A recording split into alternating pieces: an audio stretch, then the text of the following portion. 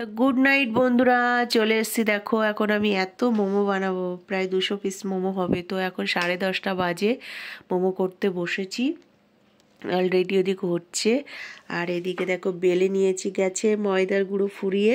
দাদা এখন গেছে, এখনও অতটা লেচি আছে। আমার ভাত টাত সব রান্না হয়ে গেছে, এখন আমি সব রান্না বান্না করেই বসেছি।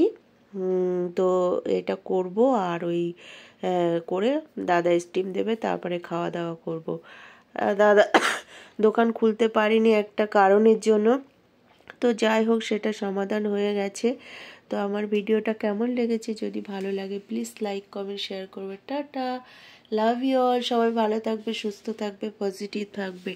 তো কে কে মোমো খাবে প্লিজ চলে আসো। এই রাত্রেবেলা মোমো খাওয়াবো কমপ্লিট, আর কয়েকটা বাকি আছে। ওই যে এটা হলে হয়ে যাবে। 10:30 বাজে, তো ওই